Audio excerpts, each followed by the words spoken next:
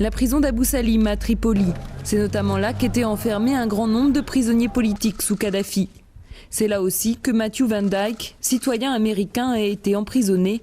Capturé en mars en compagnie de rebelles, il a passé 6 mois dans les geôles de Kadhafi.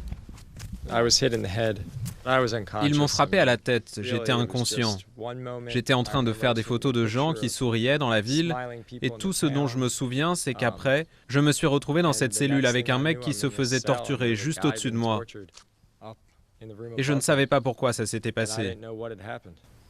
Matthew est arrivé en Libye 1 mois après le début de la révolution. Un peu pour faire un documentaire, mais surtout pour être aux côtés de ses amis libyens devenus rebelles.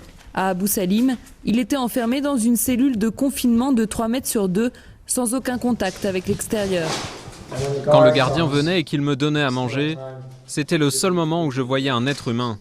Quand il ouvrait cette petite fenêtre. Pour Matthew, le pire en prison, c'était l'isolement, le désœuvrement. Pas de télévision et rien d'autre à lire que les étiquettes des packs de lait. Vous n'aviez rien d'autre à faire?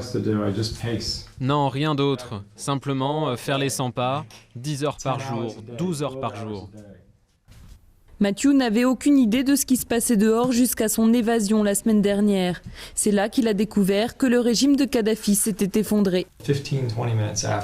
15-20 minutes après l'évasion, quelqu'un nous a amenés chez lui. Il y avait la télévision qui disait un truc à propos de l'OTAN.